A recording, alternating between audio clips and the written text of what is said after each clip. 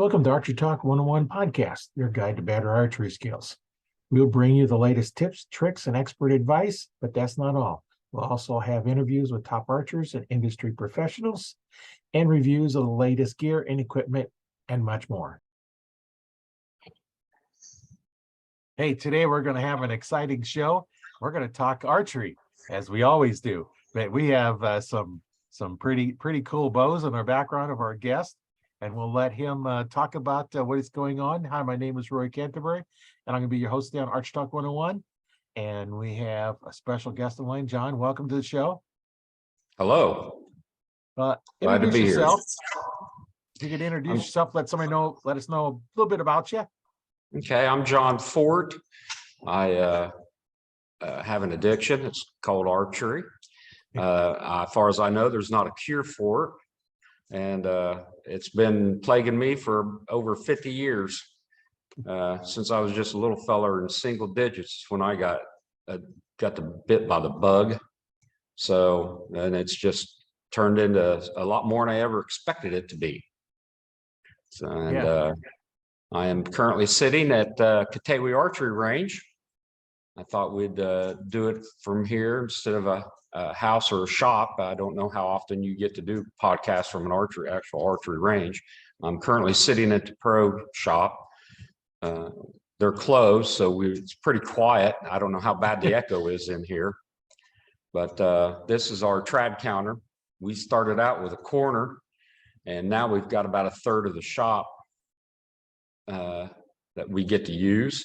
We keep pushing all the compound stuff over a little tighter and tighter against the other wall.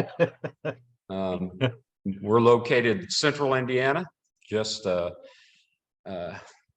from downtown Indianapolis to Noblesville is about a 30-minute drive, and it's all congested city and interstates. So we're really close to downtown, but once the 4-lane goes to 2-lane, we're in the country. So we're currently surrounded by alfalfa, soybeans, and corn. We're in a big park in Hamilton County at Strawtown, and named Katawi Park, hence Katawi Archery Range. Katawi is actually a Miami Indian word, means prairie. So this was all prairie at one time. We're sitting on top of a huge Indian encampment that had been Indians living here for over 1,000 years, I guess, before we, run them off, basically. They find bison bones, pottery, and all kinds of Indian artifacts here. And all you have to do is pull the sod up, and they're just right under the grass. Now, this was a huge farm. The same family owned it. They got it from the Indians, and this 880 acres park now. The last Taylor that owned it donated it as a park. So the county thought they needed an archery range, so they put up a nice building and invited a friend of mine to come in and start an archery range. And he rents the building, and everything else is his that's here. We got over 100 3D animals.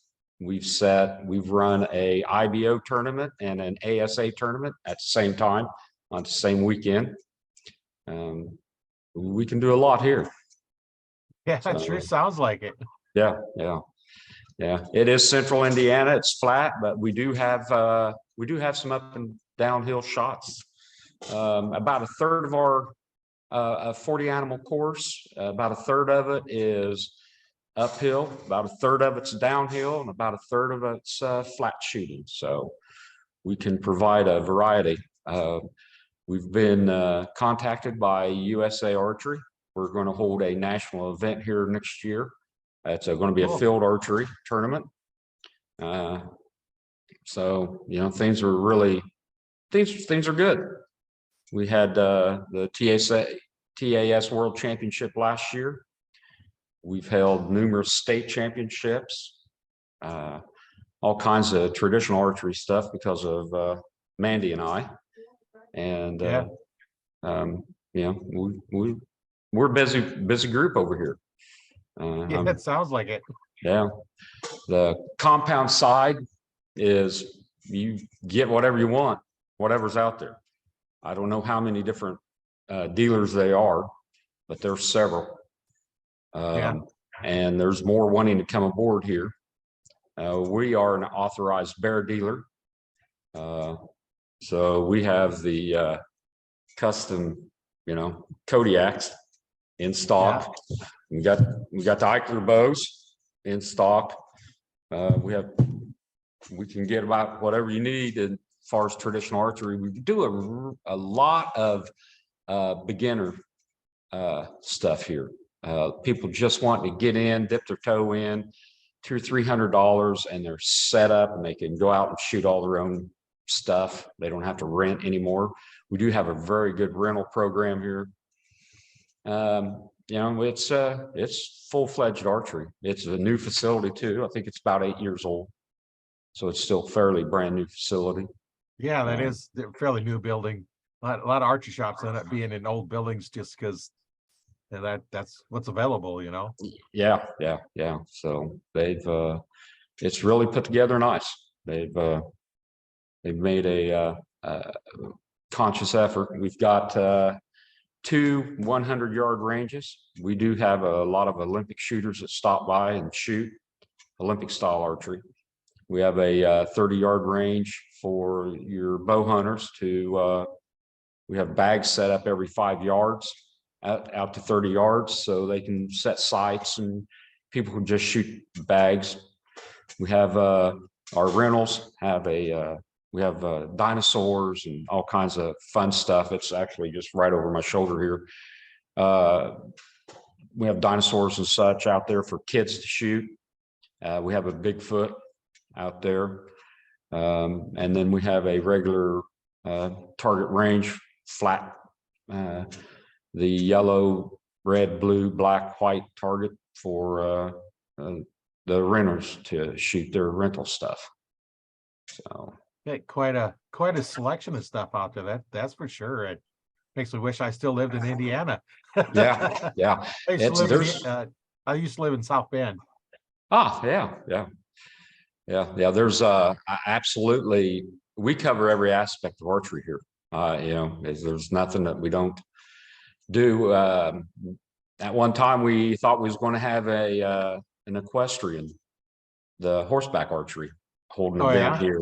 Yeah, but they found another place. We actually have an equestrian center right next door to us, where you can rent horses. Yes, where you can rent and ride horses on a trail through the park.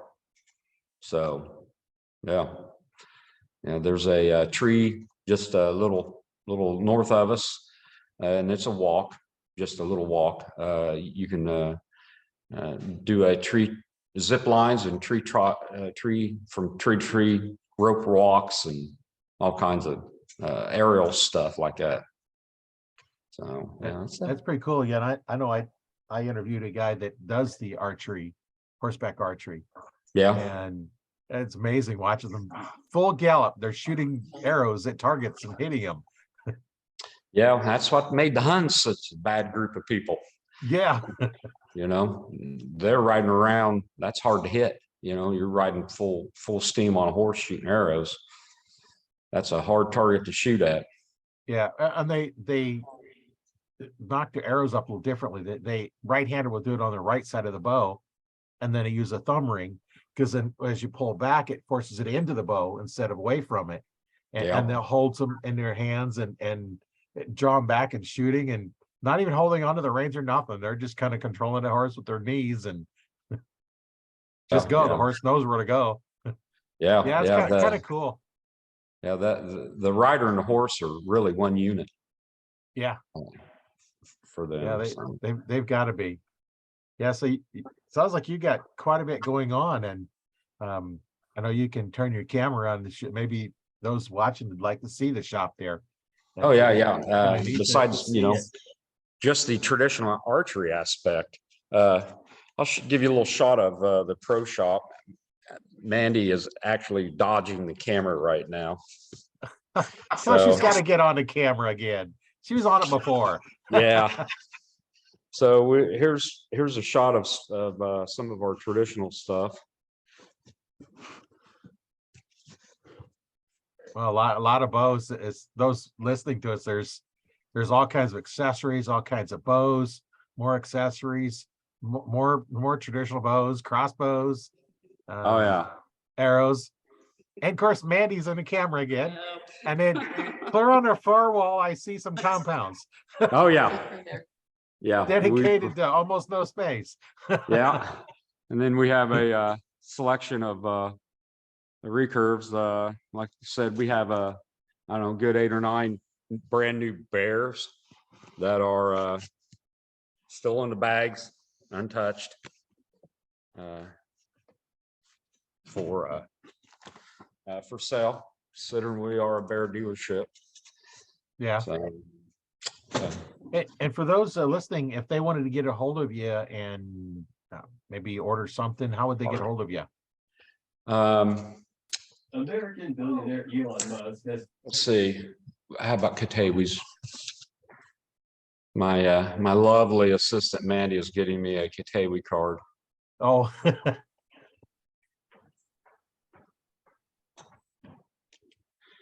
You know, I don't know if we can get a screenshot of oh yeah, that's doing pretty good.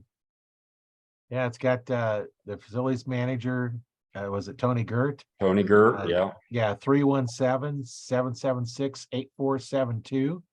And then it's Kyoto. I'll have to put a link in the description for the email, but Yeah. your address is on there as well. So Yeah. I'll put links and information in the description. So if you're interested in getting a hold of them, just look in the description and it'll be there. Yeah. We that is just, you know, what generally happens here as far as what Mandy and I do here and around the state of Indiana. It's we're currently I'm pro staff director for Three Rivers Archery. I think everybody's heard of that. Yeah, if you're an archer, you've heard of Three Rivers. Oh yeah.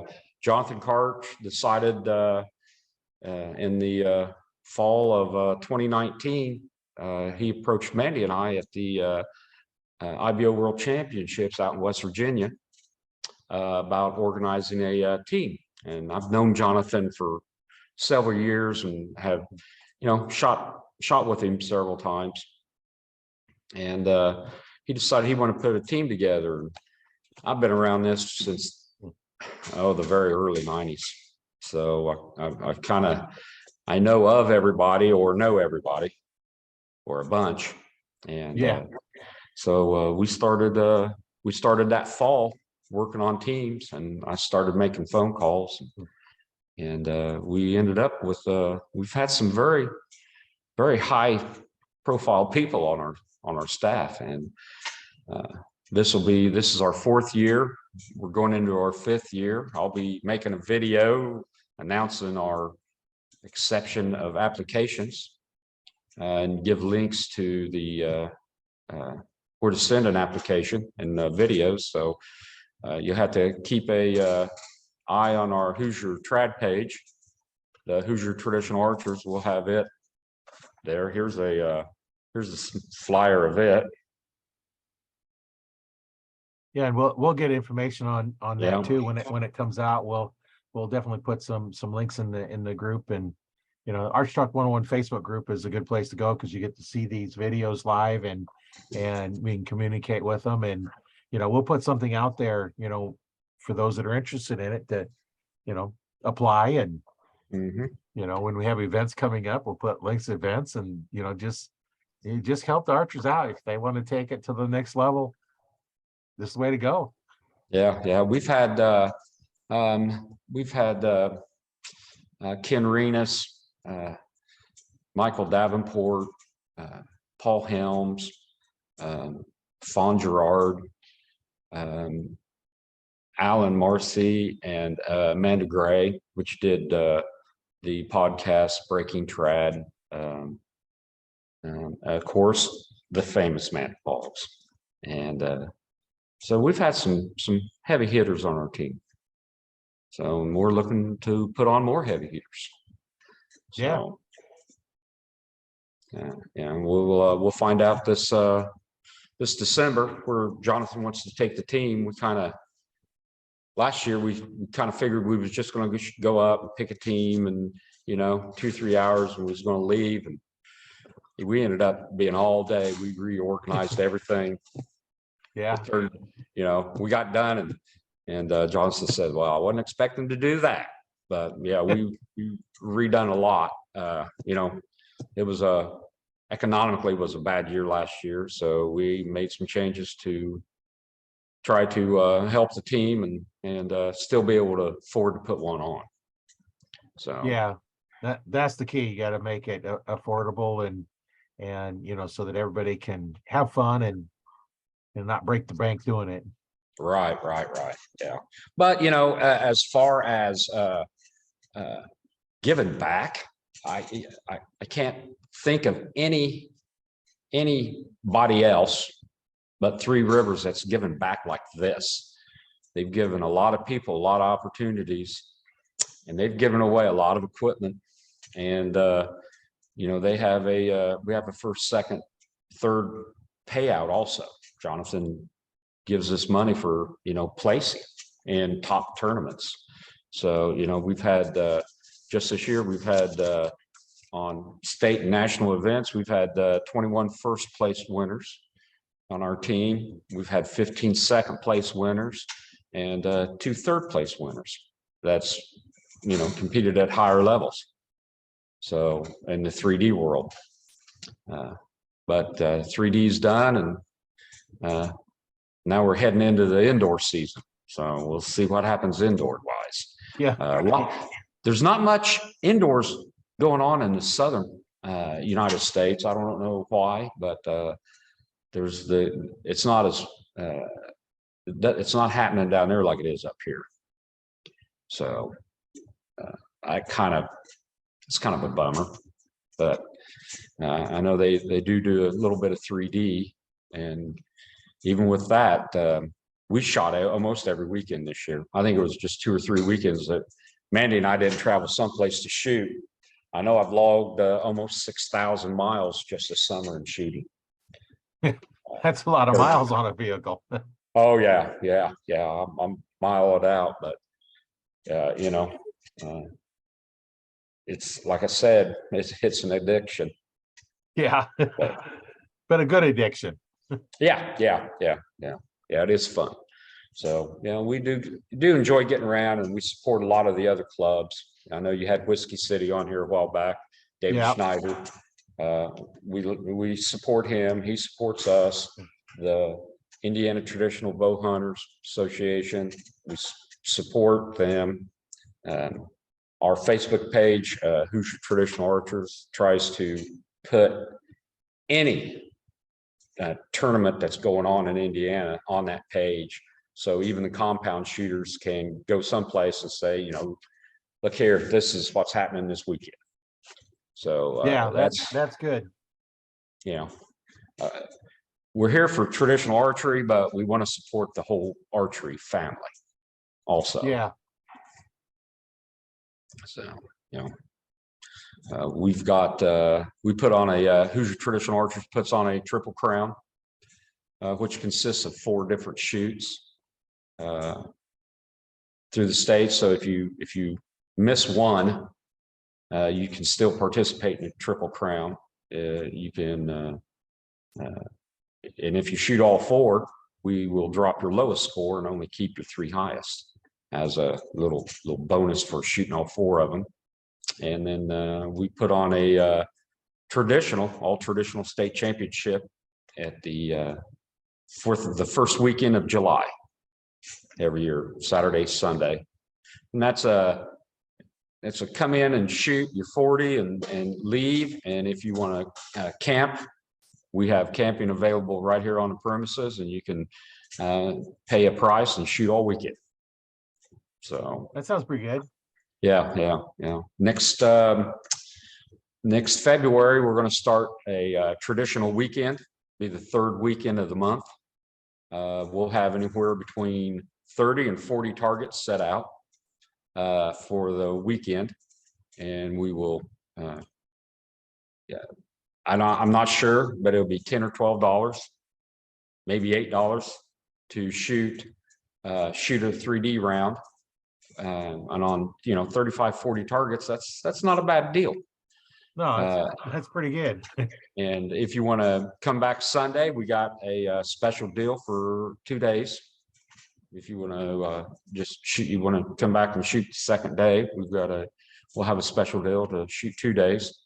Our regular price is $12 to shoot the 3D range, but we're going to come in a lot. We're going to come in a couple, $3 or $4 under that for traditional weekend. So if you carry a longbow or a recurve in, even if it's an Olympic recurve, you get the shooter discount for the weekend. That's pretty good. I see Mandy has posted some of the information in the group. So those of you that are watching, if you want to get in our Struck 101 Facebook group, there's links there for you to connect up with you guys, and it's a lot of good information out there. And hey, let's just get this going and keep promoting it and having fun. Yeah. We're looking at about 980 some people on our Facebook page now. Oh, yeah, we're starting to really roll. So I'm excited for that. yeah, that's pretty good. I my group's growing pretty good too. I just had 20 more people request, and I got 938. So I'm pushing there too, and Very good.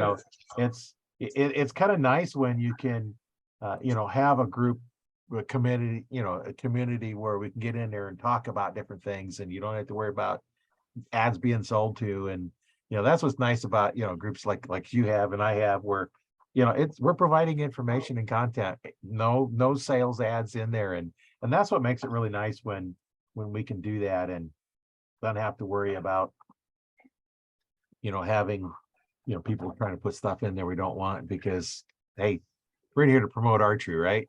Yeah. Well, we can't forget about the manufacturers. They make it all happen. Right. I do. I don't want car dealerships, and I don't want Susie Homemaker, unless she's cooking venison or turkey. Yeah, there you go. that's good. How to cook the meat we kill. The animals we kill and cook and eat, and absolutely. Hey, that's hey, that would be some good information, is how to cook it. Yeah, I'm not worried about laundry detergents and tires and all that other cars. Well, unless it's laundry detergent for washing your hunting clothes. Yeah. That's a little bit different. That would work. Yeah. Yeah. Long as we can keep it hunting related or 3D related, that's okay. I encourage people to get out there and post if they just shot 3D somewhere, made an excellent shot. Just stick it on the Facebook page. Heck, everybody likes to look at that stuff. Yeah, so, just get something out there that's fun. And what are you doing in archery? Yeah, absolutely. Being a bow tech, I work on bows once in a while, but who's the last ones to get their bow work done? Oh yeah. Me. Yeah. Last Wednesday we set up, Mandy and I finally got our hunting bows set up. I had got hers the weekend before, but I just got mine set up last weekend, and we spent yesterday at the last 3D shoot of the year, as far as regular 3D season, shooting our hunting setup. So I must say I'm not disappointed in what I got going. So yeah, and that's what I normally do at the 3D shoots. I'm shooting my hunting setup. I'm not shooting something that's designed for shooting 3Ds. And I'm more interested in, okay, I want to judge yardage to the animal, and I want to put the arrow where I want it to go. Although I realize out of a tree stand, you're not going to shoot where I would, on the 3D target. Yeah. Because if you shoot those high angles, you're not going to have a good exit. So, but being able to pick the spot you want to hit is kind of what I like about the 3D shoots. And I think they're more fun than shooting targets, but a lot of people like targets. I like to shoot spots because it develops my skill of knowing if I put this pin where over this target and I shoot, I know I'm going to hit it. And then I like the 3Ds because now then I know I can judge the yardage. And now between the two, when I go out hunting, unless I forget to aim, but we've all done that. Now I know, okay, I know how far the deer is or whatever the animal is, mostly deer is what I shoot for. And then I know if it's that far, I know where pulling pins, I know I'm going to get the deer. Well, at least I have a good chance.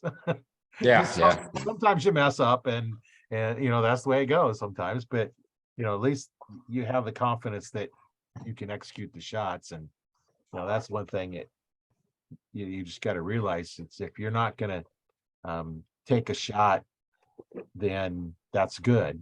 If there's some reason you don't want to. That's what's nice about some of the bionic deers that are the steel plates with the vitals cut out at your different shoots. And I was like, no, I don't want to take a chance of wrecking an arrow. Would you take that shot at a deer? Well, yeah. But you won't risk your arrow, but you're going to risk wounding the deer. It's like, shoot the target. This is that buck of the lifetime. If you get your arrow back, you got it. If you don't, well, you just wounded that animal and you'll never get it because it's going to run off somewhere and die. Yeah. It turns into coyote bait. Right. And, I think, there should be a special class for those that are doing hunting, because it should be -5 for hitting foam and 8, 10, or 12 or whatever you have there. So if you have a kill shot, you get positive points. If you have a wounding shot, you get negative points. Yeah, I've shot tournaments like that. Yeah. And fun stuff. Yeah, just kind of fun, because then that makes you think. It's like, okay, can I make this shot? And it's like, I don't think I can make this shot. So now then you take a 0 as opposed to taking a -5. Yeah. So that would be, I think that would be fun one to do. All of them I've been to have just been, 5, 8, 10, though some of them will do 12 ring, but yeah. The Cloverdale Nationals here in Indiana, they have a 5 or nothing. If you hit it in the 8 ring, it's 5 points. Anything else is a 0. Oh yeah. Oh yeah. It's been that way for, man, they've been going at it for over 30 years there. Oh, and it's huge. It's a huge traditional meet. It's the weekend before Compton. So there's the Compton, Michigan shoot right after the Cloverdale Nationals. So that'd be a fun one to go to. Oh, absolutely. Yeah. Their weekend, they have people showing up on Wednesday before the event, coming in and camping, and there's quite a bit happening there in the camping areas. It's a good time. I've been going since, I think, 94. And I think you could probably count on one hand how many events I've missed since 94 there at Cloverdale. So I enjoy it. And it's one you just go to shoot. There's no pressure. It's not about winning or losing. It's just a fun shoot. I mean, yeah, they do have a scoring system, but if you don't want to, you don't have to. You can just go shoot for fun, stand where you want and shoot. Nobody cares. Yeah, that's kind of nice. I know when I was going with a friend of mine that we used to go with all the time, that neighbor we grew up with, we would go and we didn't care actually where we position, because they do like 3 different flights. So you might have 30 people and you got a first, second, third. Well, then 11 is first, second, and third, and then you go to 21 is first, second, third, and so yeah, getting a first when you're in position 21, what's that really mean? But it does give some people some encouragement that in that bottom third shooters, you at least beat the other third. Yeah.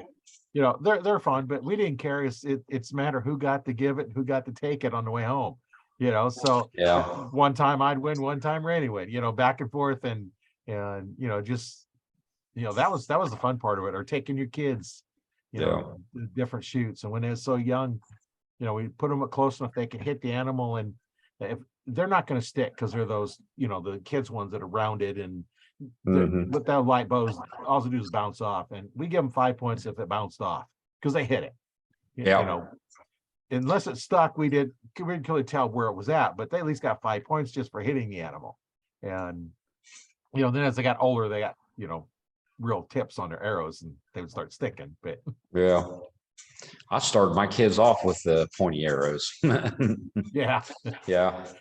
Well, even those when they're starting with a 5-pound bow, even the pointy arrows don't stick. Yeah. Yeah, I've found that there's a lot more competition going on in individual groups than there is throughout the entire shoot that day. Oh, yeah. There's a lot of bragging going on, and that's the way it should be. Yeah. I know I went and helped up Nebraska. They have their Missouri River Outdoor Expo up by Sioux City, Nebraska.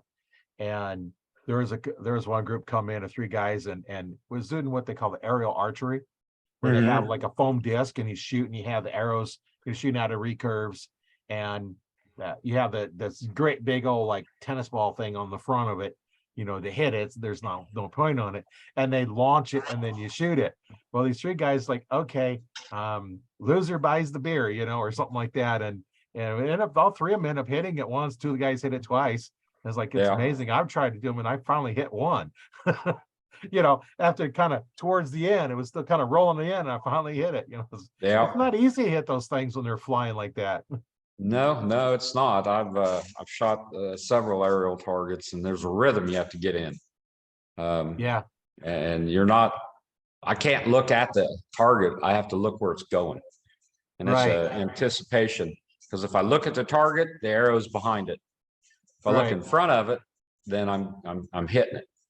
But it's hard to shoot it a blank spot in the air. It takes a little training for me. Yeah. So. Well, and it's rising and falling, and it's not consistent how it comes out too. Sometimes they come out a little bit lower, some a little higher, and they're just kind of, when we first got it, there was a problem with it. It was really inconsistent. One time it might just kind of bounce 5 feet and roll, and other times it'd launch it up. And we had one guy that used to shoot a lot of skeet, and so you could see him just following lead, and he was hitting a lot of them, because it's done so much skeet. I don't do much of that because, well, now that for me the target's too blurry and the pins are too blurry, so I got a blurry pin hitting it, trying to hit a blurry target, and that don't work too well. Yeah, I did a lot of that when I was younger. I still have my trap gun, but no archery pretty much. I have a 5-gallon bucket of those aerial targets that me and my buddies will get out every once in a while. Yeah, throw them up and shoot at them. Stand behind the corner of the house and throw them in the air. And then go out in my alfalfa. Arrows land up and down out in my alfalfa field, so no danger there. Yeah. So. Yeah, it's kind of fun. When I do it, my son shot trap for a while, but he used my 870 Wingmaster, which is a hunting gun. He didn't have no fancy trap gun or nothing. It's like, hey, this is what you're gonna hunt with. Shoot it.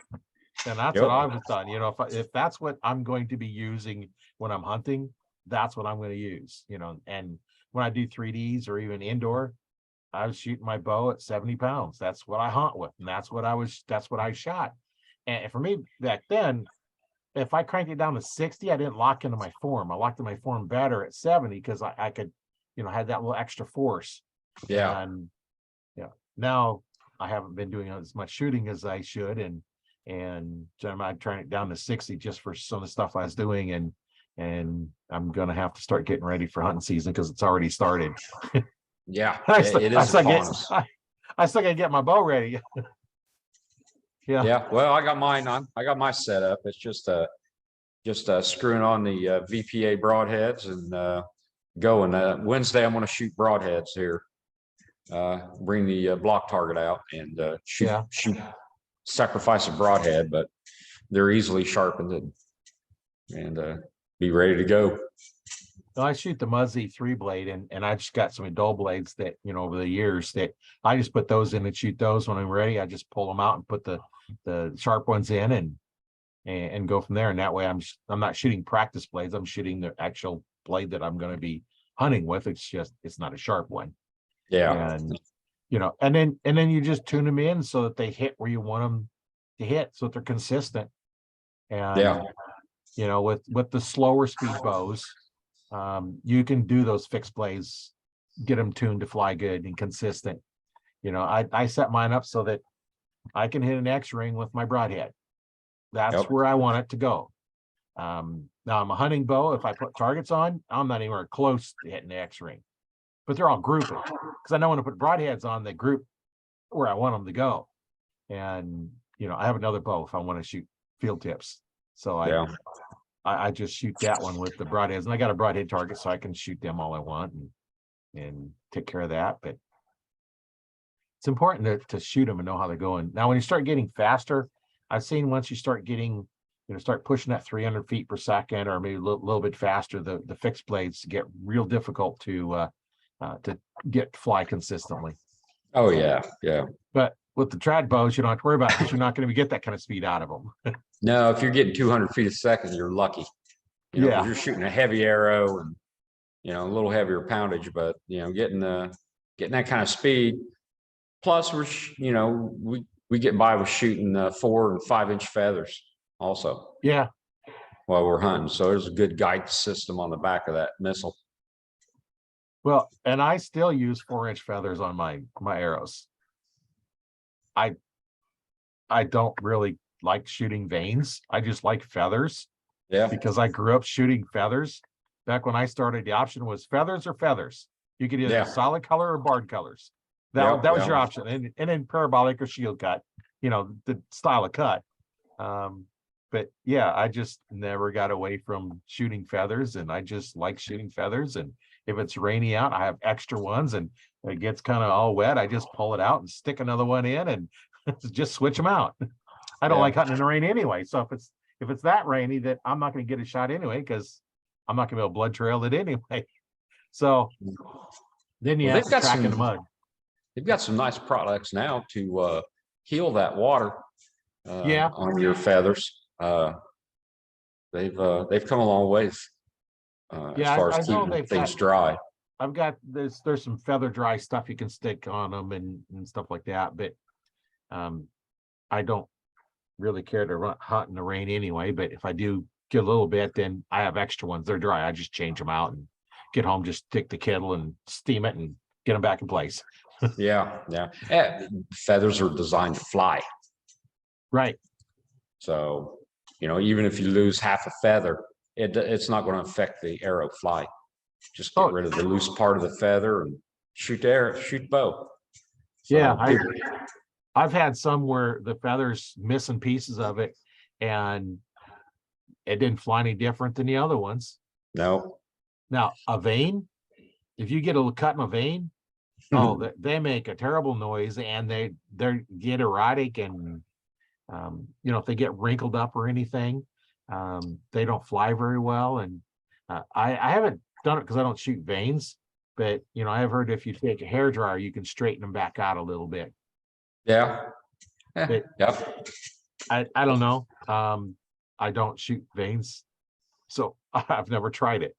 Yeah. I know you can take a feather and just run your fingers on it, and it gets straight out, and then steam it, and it just goes right back to normal. Yep, it goes right back. It's kind of weird how the steam will do that to them. Yeah, Mother Nature figured that out a long time ago. So this Sunday opens up our deer season. So I haven't. Ours started September 1st. It beginning of September is just too hot. I'm not going out and hunting when it's 90s, 100 degrees out. For one, when you do kill the animal, how much time do you have before it starts going bad? Not much. Yeah. If you go in the morning, you've got at least daylight to find it. But if you go at night and you can't blood trail it and find it, it's not going to be good in the morning. No. Yeah. So it'll go fast. That's the Yeah. bad thing of warm weather hunting. Yeah. And that's why I prefer to wait for a little bit cooler and hunt mornings when it's going to be like that. Cause then you have at least daylight to find them. And there's times when was tracking one and blood trail basically run out and we're walking. We probably walked 100 yards, didn't find anything. It's like, couldn't find anything and end up, we come back later. We stopped probably 30 feet from where it will lay down. Oh, no. And died Yeah. 30 feet from where he was at. Of course, by the time we come back the next week, like, where is it? We went, found it. It's like that we stopped looking 30 feet before we got to it. That's a You know, bad thing. no blood trail, no, we had no idea where it was at or anything. And we're doing circles and nothing. And then of course, then we kind of had to pay for it because I had to smell it for a while. Every time I was out there, I had to smell it for a while. Until the coyotes got to clean it up, huh? Yeah. Yeah. I was fortunate enough a few years ago to have a big old 125-pound white German Shepherd that was good at finding them dudes. Oh, yeah. Oh, the tiniest speck of blood, he smelled it. And he'd run right straight to it, a deer that's freshly shot. I can only recall one that he didn't find. So he was real good about blood trailing. And he was white, so he wasn't in fear of I wasn't afraid of him getting shot. Plus, I had him on a 25-foot rope too. Oh, yeah. So they have to be tethered in Indiana. Oh, yeah. They have to be on a lead. So yeah. Well, that keeps them running off too far on you. Yeah. He did a real good job about staying with you. I mean, he never lunged on a leash. He was always mindful of that. I had a hunting dog for a while and he liked to hunt really close. Like there's a couple times I'm taking a step and I just knocked him over because he run right in front of me and he'd go back and forth on the trail. And I know one time I just encouraged him to keep going on. I said, where's the bird and thing, and it kept going and going. And he was probably 100 yards ahead of me. Now, if he kicked up a bird, there was hunters would have shot it. And I just stood there, looked at him. I didn't motion it, didn't say a word. He's looking at him. It's like, well, what am I supposed to do? He come running back. He 10, 15 feet in front of you is where he liked to be. And, dog's amazing what they can do. I just thought about training to, hunt deer or go find the kids or something, but, he got too old. Yeah. Yeah, we But played taking that off- game.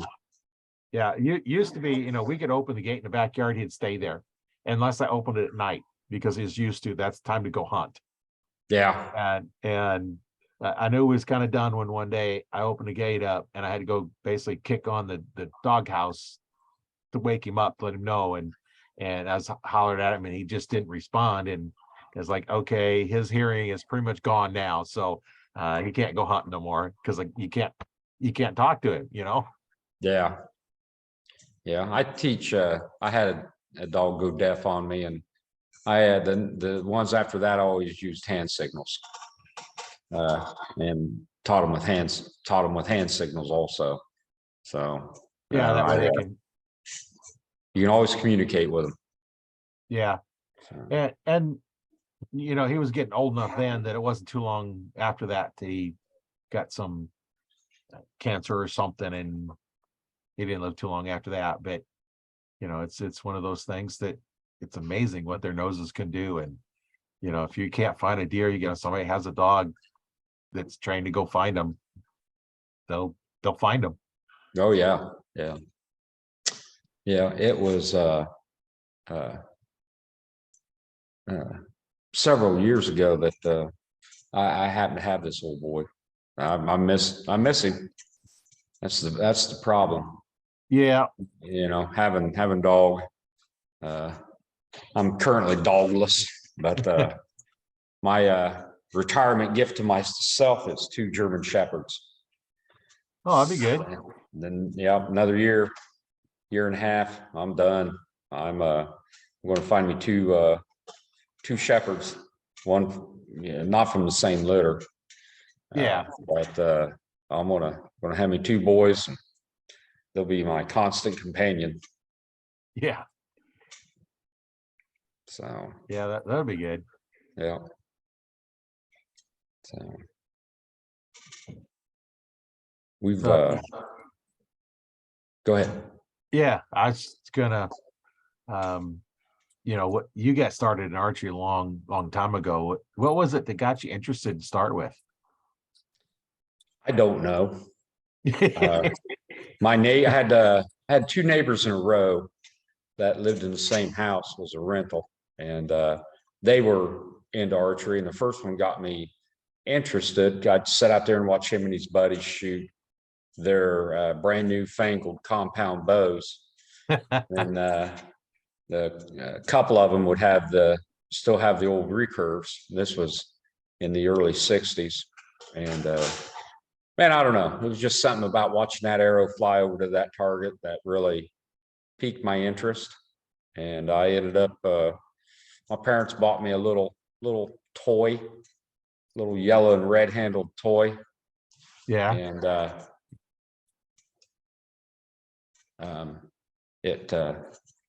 it got shot well, and then I got a little older and got a little better bow. Yeah. You just kind of go from there. Yeah, I just kept building and building and building. So, yeah, I was, but the recurves have always is what captivated my interest, because they're the wood, probably the shapes. I really like the shape of them. I've shot a couple 3 compounds, and just wasn't the same kind of feeling. Even when you turn a compound shooter, and I've done a lot of this, is turn a compound shooter over to a recurve. They just immediately fall in love with the simplicity and the fun of it. It just seems like it's more fun. There's not as much pressure to hit the target. With a modern compound, it's quite a machine. I mean, Oh, yeah. it's like a high-powered rifle. There's no excuse not to miss. And it seems like with a recurve or a longbow, you got a built-in excuse to miss. Yeah, you don't have any sights. Yeah. All the excuses is built in. You just got to separate them from yourself. Yeah. Compounds take a lot of work to stay tuned up. Unless something physically happens to a recurve, then limb gives up or something. It's the same machine yesterday as it was today.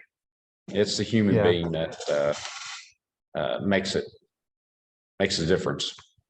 Well, the problem with the compounds is there's so many things you can adjust, and I know there's a lot of them out there that once they get it adjusted perfectly, they want to mess with it and change it, constantly changing it.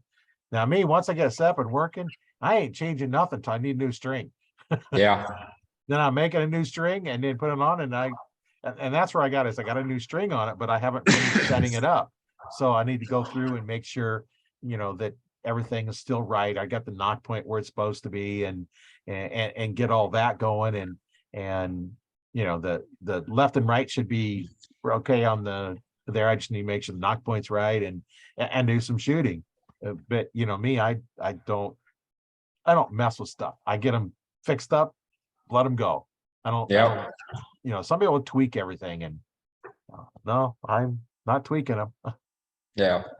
The owner here, Tony Gert, was amazed at what you, as a traditional archer, what you have to go through to tune your arrow to the bow and to the shooter.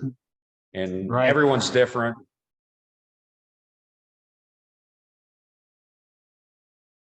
Totally different. Some people you can have a arrow punch an almost perfect bullet hole in 10-15 minutes, and I spent a couple hours with guys trying to get arrows tuned to their bows to get a good tear, so they can have something reliable when they screw the broadhead on, and add that variance of flight to the end of that arrow. Yeah. And I know there's a lot of people that will put too much pressure on paper tuning. Yeah. You know, when Yeah. I set up a compound bow, there's no reason to the paper because it's set up to be perfectly horizontal. It's set up that the rest of the thing is set up right. You're not going to be doing a lot of tweaking. I've taken people that can't shoot a good hole. And I'm watching, it's like, okay, I can shoot a good hole with this bow because their form is off. And I'll take that bow and I'll shoot perfect hole. And then I'll take it and I'll do something purposely wrong and have a terrible shot. It's like, what's the difference in the way I'm holding the bow mostly? And I've also seen people with death grip derail their bow when they shoot because what they've done is they've gripped and they've twisted that riser. So now it's at full draw. That cam is leaned sideways. As soon as you let go, that string is already off the edge and you derail it. Like, quit gripping your bow. You won't derail your bow. Yeah. Yeah. There's a lot can go wrong from the time you put the arrow on till it leaves. Yeah. So, And there's just a little bit less of that to worry about with the traditional bows. You know, you don't have the derailing over the wheels and stuff like that to worry about, and you do grip a little bit more. But I hold my compound and recurve the same way. yeah. I have the same grip. I don't need an arm guard because I'm same draw length and same grip, so it's not going to hit my arm. You know, if you hold it like you do it like a bat or something, yeah, you're going to put that arm in the way. But I do the Yeah. same grip, so it feels the same. When I put my hand on that riser, I do the same thing on it, whether I'm shooting a compound or a recurve. Now, recurves don't have slings on them, so I have to kind of wrap my fingers around just a little bit more because I don't hang on to it at all. You see, when I shoot my bow, the compound, my hand don't move. I don't use my fingers to grab anything. It hits my fingers because on the older bows, they jump forward. And it'll jump forward, hit my fingers, and it's like, okay, once the bows hit my fingers, arrow's already gone because arrow's faster than a bow. And then, you know, if I shoot out of a tree stand, don't have a sling on, I'm dropping the bow every time I shoot. Because I depend on the sling to keep it from hitting the ground, falling off my hand. And Yeah. I just let go of the bow. It's to hang off the sling. You can't drop it. Don't put the sling on. Yeah. Yeah. At least a finger sling. Yeah, can lock in your at least fingers. something. Yeah. I've seen a lot of the Olympic archers have the finger sling goes across the index and the thumb, just so that they don't have to worry about dropping the bow because they don't want to grab onto it, and that keeps it from falling. And Yeah, I use fingertips to keep the bow in my hand, and Mandy shoots open-handed with finger sling. So yeah. So she want to get on and say hi to our audience, or is she going to be bashful this time? She's shaking her head. No, come here, Mandy. Say hi.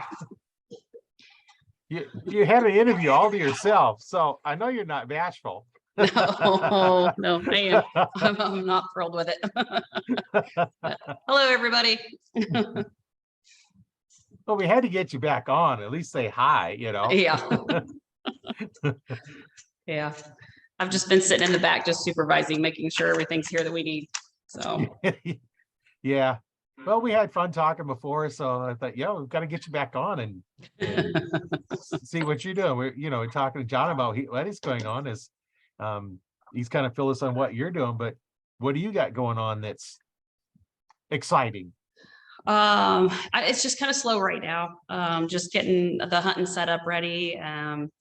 It was a good 3D season, good indoor season last year and everything. It just, yeah. So once I get hunting set up, I think I'll start working on my indoor setup. And yeah, I took a couple weeks off. I was having some shoulder pain and stuff, but that seems to be doing better. I took a couple weeks off, and yeah. So we'll see. We'll see where it goes from here. You got to take care of them shoulders. Yeah. So one of the things us archers can have shoulder problems, especially if we get going and you see someone with their shoulders way up and draw. Yeah, it's like, relax, dude. Relax. Yeah. And it can get to you after a while, and you just gotta take care of them. So you took 2 weeks off. Big deal. Yeah, I took about 2 weeks off. It was kind of good timing. Our kids team was on a break here at Katawi. I helped coach that and stuff too. So here in the next month, we're going to start back up again. with them. So yeah, it'll get real busy again here before long. Yeah. Yeah, it gets busy sometimes, and I know it's a lot of fun, seeing what you guys got going on, and it's kind of nice getting you guys back on and talking again, seeing that things are going on, and Kia Tiwa. Is that how you say it? Uh-oh, your video froze. Oh, look like It's there we go. Your video froze for a second there.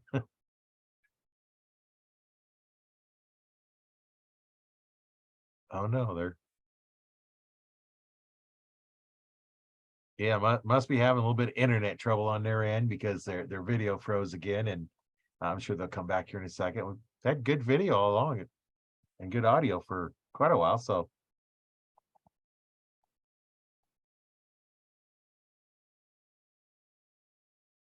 You're muted, John. Yeah, how's that? yeah. Your video froze there for a second.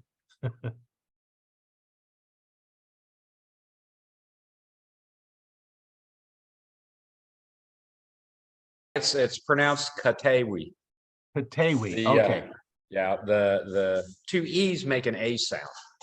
So, and it's Koteewi. So it's Okay. yeah, it's everybody pronounces it wrong until they hear it from us Yeah. 3 or 4 times. Yeah, I know I Yeah. couldn't say it when I first heard it.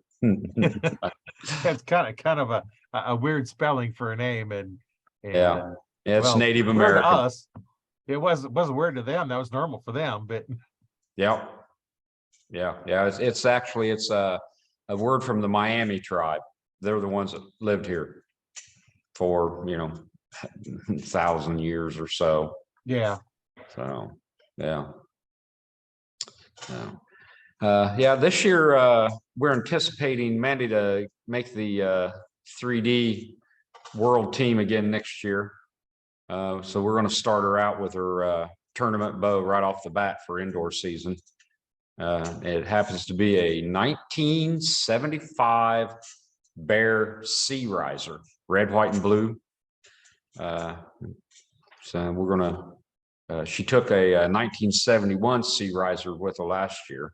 She's got a soft spot for bear archery. Yeah. Yeah. Before we signed on with Three Rivers and started shooting their DOS bows, which has been excellent bow in itself. We were shooting bears, and we shooting bee risers, and so she kind of cut her teeth on that. And so when we had so much trouble last year trying to find a riser that she liked, and then and that would pass the World Archery rules. They've got some pretty strict rules on the way the riser could be made, and being rookies in that, we wasn't sure exactly. We couldn't get the exact story until she got there, and she bought a riser, and we kept hearing it was illegal to use because of rule changes. So, I came up with a 71 Sea Riser, which made a 70-inch target bow, and she instantly fell in love with that. And then in my addiction of collecting recurves, I came across a 1976 or 75 red, white, and blue Sea Riser, which made another 70-inch bow. And we're going to put modern fast flight limbs on it, and that's what she's going to go to trials with in June next year. So see if we can get her back wearing a red, white, and blue, shooting someplace in the world. That would be good. We'll have to have her back on when she gets on there and see how her story goes. Yeah, she just dropped her head down, shook it. Yeah, she's a little camera shy. Yeah, I don't know. We talked for over an hour. I know the last time we was on with her. Yeah, well, we were lucky. Yeah, he was lucky. Our business agreement was when we was sitting around one winter, and and I came up with great ideas. I'll tell you, I come up with which means work for Mandy. Yeah. Our agreement was that I would deal with people and she would hide in the background and deal with the paperwork and computers. So I'm a little more of a people person than she is, but that was our deal. And since then, I've been thrusting her out in front of people every chance I get. And yeah, I ought to turn the camera around and let you look at some of these faces I'm catching right now. But yeah, she's not much for getting out in front of public, but and it just don't bother me at all. So I end up doing most of the dealing and setting things up, and then filling her in with what's what, and then she coordinates it all. Because yeah, we actually fill the weaknesses from the other person, so we make a really good team. At you know, we started the tournaments because we didn't have that many places to shoot. We didn't have that much that went on. So what do when you don't have some place to shoot? You create something. So Right. we started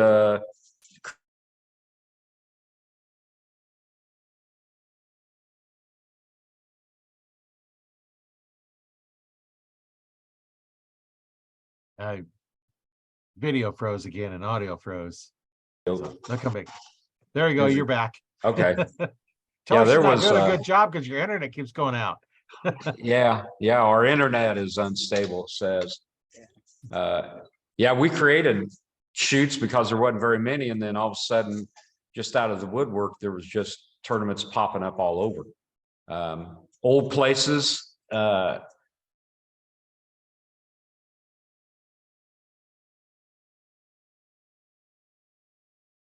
Yeah.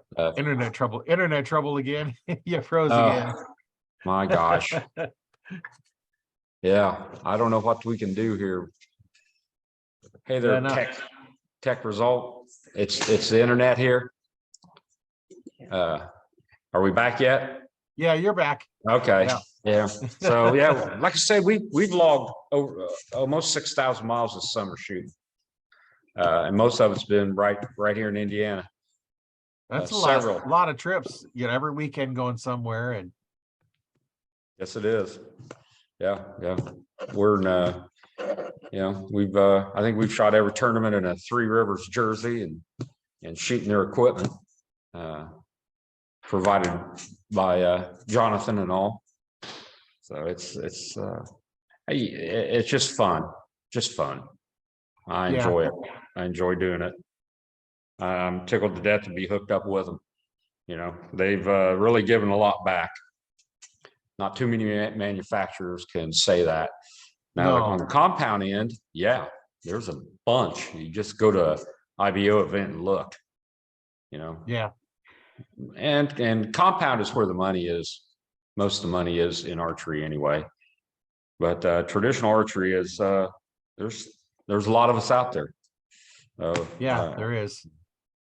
We're a fairly close-knit community, and we need to be patient with each other and keep drama low. Yeah. And that's a big attractant to a lot of people. Yeah. Is, There's having a lot low of drama. Yeah. If there's drama, then a lot of people just, I don't want to deal with this. I'm just going to do something different. But if you can go in and be having fun and don't have to worry about all the drama, if you want drama, that you watch the TV shows. Yeah. That's all they have. Let's go out and shoot our bows. Yeah. I just set a guy up 2 or 3 weeks ago with a bear bow setup because he said, you guys always have so much fun. We meet every third Saturday here as a club, and everybody has a $4 discount to shoot, and we go out and we shoot the 3D range, and we're laughing and cutting up and having a good time. And he was jealous of that, so he decided he wanted some of that action, and we set him up with a beginner bear bow setup. And he's been on it since. He's been shooting every day, he says, and he says he's really enjoying archery again. So, Yeah, that's the key. That all this is just, have fun. yeah, Shoot what you want to shoot. If you want to shoot your crossbow and that's where your fun is, do it. yeah, You just have to have a little bit different target because they have a tendency to bury them little bolts a little too far on some of them. yeah, But yeah. Yeah, well, in our traditional archery shoots that we put on, we have 12 different classes. So we have a variety of equipment you can shoot. Between the men and women classes. So there's a lot of different stuff you can bring in and shoot. There's someplace for whatever you got in your hand. that's good. That way, no matter what you're shooting, there's a group you can go shoot with that shoot the same things. And Yeah, that's a lot of yeah. fun that way. Oh yeah, yeah, yeah. And the majority of everybody's shooting a third.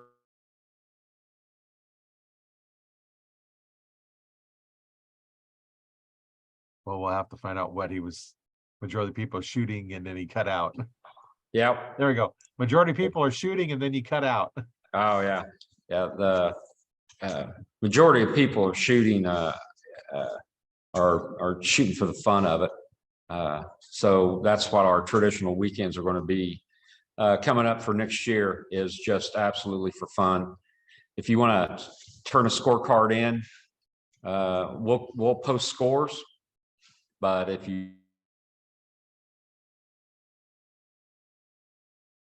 Yeah, I think just have internet- fun. Yeah, just have fun. Your internet seems to be going out quite a bit. So Yeah, I don't know what the deal is. I'm not a techie. yeah, maybe a storm's rolling in or something, or getting windy, and who knows what it is. Yeah, yeah. So, well, Yeah. Well, in closing, what would you like to tell our listeners? oh, just have fun with the sport. It's as individual as the person is. Traditional archery is as individual as the person is. There's so many variances. Yeah. And shooting styles, and it's enjoyable to get out and see all of it.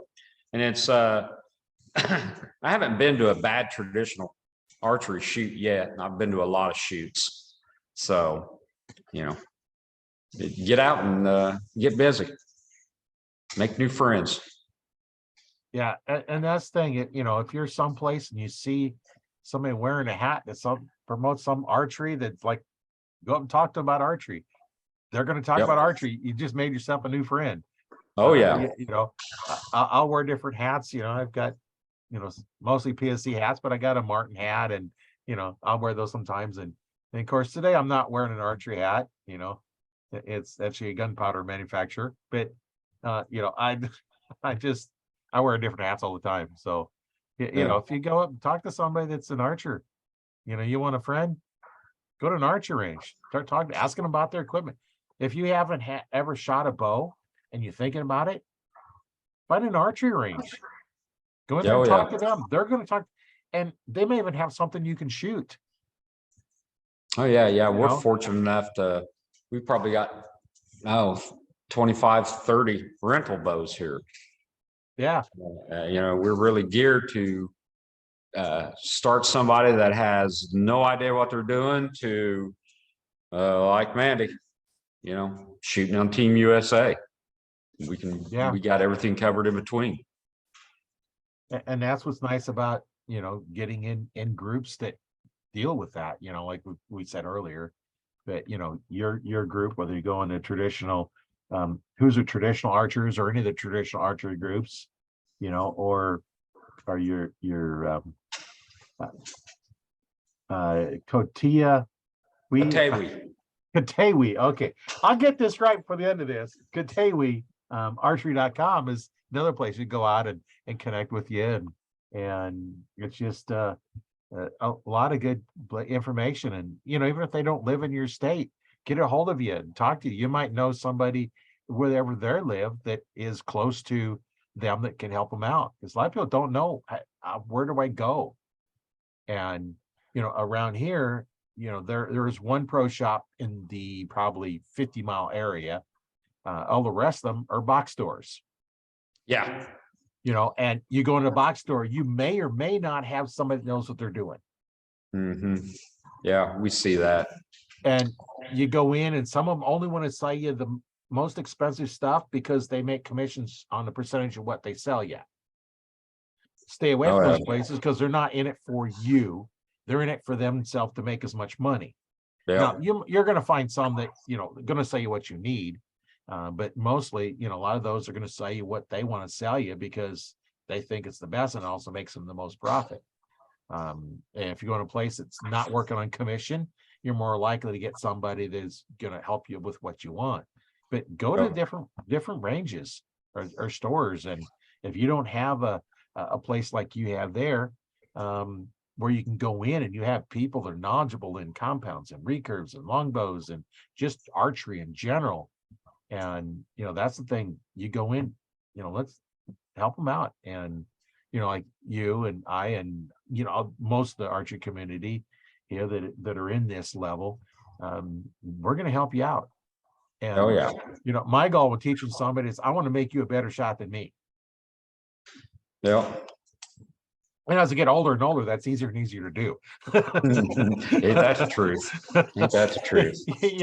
As I get older and older, I don't see as well. And, I have blurry pins, I have blurry target, and I can switch left-handed, but I'm right eye dominant. But actually, I can see clearer when I'm shooting with the left eye than my right eye. But, that's one of those things that, you just deal with them and would just go from, helping you shoot.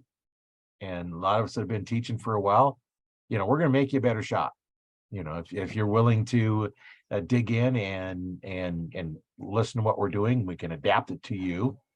I teach one specific technique and I tell you why I'm teaching that. And then we modify it to fit you. Yeah, absolutely. I like to teach people an Olympic style archery form. I mean, they are the best archers in the world, so that's and then we modify it for that individual person. I've had some people with short arms. They can't do the same thing somebody with a regular set of arms can do. Yeah. So you just got to modify things. They'll never get the proper back tension that and the shoulder locks that some others can get, just because their arms are short. And, you just got to modify it to that person. They say advice is free unless you're a lawyer. Yeah. So yeah, I know there's so many things to do, and I like to teach, and I'll tell you why I'm telling you to do the way I'm doing. Because if I don't tell you why, you just like, well, and I always hated the response, well, because I said to do it this way. Why? Like the kids always, you tell the kid do something, why? You tell me it's like, why? Well, I want to tell you the why, so you don't have to ask me why do we do it this way, and I explain everything, and then if it doesn't work, you're pointing at Mandy, I think, aren't you? Yeah. Well, I get a lot of grief around here because they say I over explain things and make it complicated, and I'm very detailed in my instructions, and I give a why for everything every movement that I tell people to do. There's a why. And it our lessons that we have here are 30-minute and hour lessons. And I'm a volunteer here, so I don't have to really follow their rules. So my 30-minute lessons is 45 minutes to an hour, and my hour lesson is an hour and a half, hour and 45 minutes. So you get your money's worth, and there's your first 2 or 3 lessons. There's as much talking and explaining why as there is shooting. So you're not exhausted after 45 minutes or so, because you've shot probably half as much as some people that would teach you to shoot. Right. Because there's so much why that I like to explain, and the dynamics of everything and the physics of it. There's a lot of physics going on, and I'm Oh, yeah. no math major, but you know, it's simple logic of why. Yeah. And, you know, maybe one of these days, we'll get in here and I'll go through different things and explain, you know, the whys behind everything. And, you know, that would be, you know, something that, you know, so you can learn. It's like, okay, why do this? You know, just the proper grip could take a half hour before you even get the grip right. You haven't even drawn the bow yet. Just getting it and just starting the motion, you know, until you get that right, there's no reason to go on beyond that. And so it can take steps and steps and steps. But, you know, I feel it's like, okay, I want to shoot. You know, Yeah. well, you go ahead and shoot, but what are you going to hit? You don't know. You're not going to be consistent. So it Yeah. could be, you know, I could do a whole half-hour class just on the proper grip, whether it's a compound, recurve, or longbow. You can use the exact same grip. I do, and Yeah. it works just fine. Is that gives me that feel of that bow, the same pressure on my hand, the same way every time, no matter what bow it is. It's the same pressure on my hand, which is the pressure right down here where your meaty part of your thumb and index, or thumb and little finger meet, right in that spot in between. You take your lifeline where that's where it meets your wrist. That is the point you want to push with, because that locks you into a more force between your whole body. And there's a whole thing I've gone into. It's like why you want different stuff. You know, martial arts. I did martial arts for 20 years, and you know, joint locks. I did Hapkido, which is a lot of joint locks and manipulation, and you know, all that played into why and how I teach currently, because the most efficient power is the most efficient power you're going to put into it. And if you can go straight, you know, when you start getting off at an angle, we learned that in martial arts many years ago. If you're going to break a board with your hand and you're not going straight, you're going to hurt your hand, and it's not going to break. And then the next time you try and break it, it's going to hurt even more, because now you're afraid of the board because it just hurt your hand. But if you break it, they don't hurt, you know. So all that goes in, and like I say, we can take long time just doing some of that kind of stuff, and just little bitty pieces in here. And you know, it can take, like I said, a long time to explain this stuff, and you know, helps on there if you have somebody you're actually training when you're done the video. But you know, because it's a little hard to talk and go through at the same time. But hey, I've done it. Yeah, most people that have beginner lessons with me leave here shooting 3 or 4 feet away from a block target or a bag target. You know, you learn how to handle the weapon before you start aiming the weapon. Right. You're trying to train your brain to do one thing, and it's plenty. Trying to train your brain to do 2 things at once will make the process longer. Well, and then too, you know, your first lesson, you might not even shoot with your eyes open. Yeah. Your eyes closed, because if you haven't learned the feel of how it's supposed to feel, it don't do any good. Open your eyes. But then you're shooting, you know, like 2-3 feet away from the bow of the target, and you have somebody watching in case nobody gonna run in front of you. But you know, eyes closed first lesson. You're not going to shoot with your eyes open, because I don't want you aiming. You know, I want you going through the technique and going through here and drawing and letting down. And with the recurve, it's a little bit easier to let down, because you don't have all that cam action to all of a sudden just take you. You know, a little smoother let down. Yeah, we'll draw back, and okay, let down. Go in, grip, draw back. Okay, no, that's not right. Draw back. It's like, okay, you're right. Okay, eyes closed. Like, okay, that's what it feels like. Okay, open your eyes. Like, it's wrong. Close your eyes, then open your eyes, and then take it from open your eyes, and you know that feel with your eyes open. And now then you can start worrying about, okay, now we've got it drawn back, we've got the form. And now your release technique. Now you might try that a whole bunch of times, your release technique with no bow, just getting the motion. And you know, a lot of recurves, a lot of them, they used to take and they'd open their fingers up. And I've seen people open their fingers up and move their hand forward as they're letting go. Well, now you just took power out of the bow, or they're plucking them off the side. Well, now you're taking that string out, pulling to the side and releasing it. So now it's Yeah, or just finding an anchor point for a newbie, right. for a new person. I got a big mirror in the back. Most of our lessons are done inside. We've got a big wall we shoot at in the Right. back, and I got a mirror back here. So we find somebody a anchor point is one of the first hardest things for them to comprehend. And I tell them it's not normal to have something in your face and then have it accelerate away from you at 100 miles an hour, because they flinch and jerk, and that's just a normal reaction to what's happening. It's not every day you get something in your face and then it accelerates away from you at 100 mile an hour. So, Yeah. Well, you it's know. I anchor my recurve with index finger corner of the mouth, and then others will anchor up in the cheek, up by the eye, down below.